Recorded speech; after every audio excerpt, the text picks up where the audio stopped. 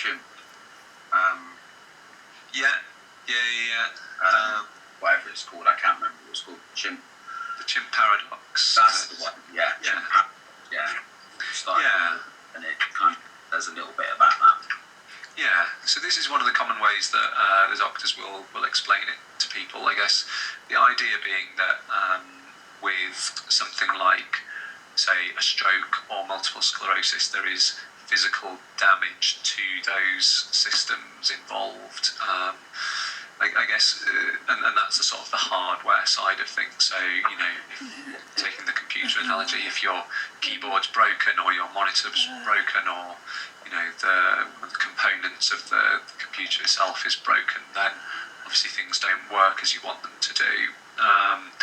With F-MND, what we tend to see, though, is that the hardware is okay, so there's not physical damage to those systems, but it's more the software, how they're working, that is not quite going right. And that can be a really useful analogy in order to help people understand that there's not an operation or a medication that we can give that's going to change that. If there's a software problem with your computer, then changing your keyboard or your screen isn't going to fix that. I guess what it sometimes always leaves you with is a bit of, okay, well, what is the software problem?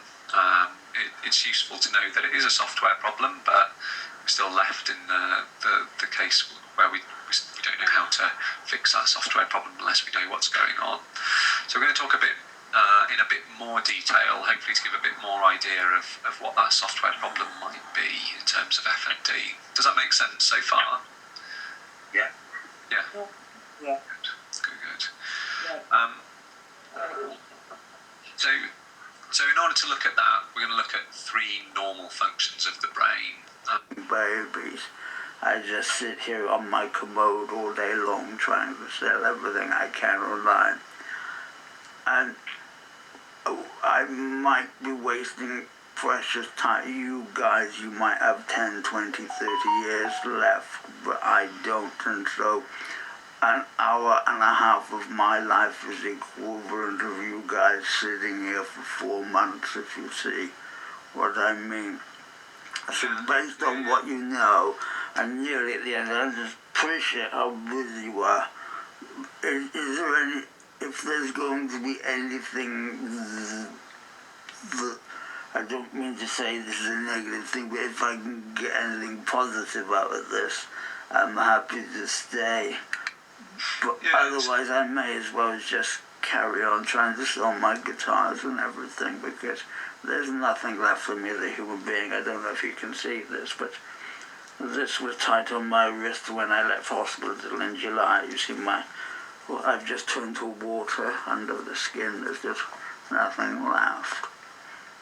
Yeah, I'm really sorry. It sounds like you're having a really tough time with that. It's Paul, isn't it? Well, that's right, so yes. Yeah.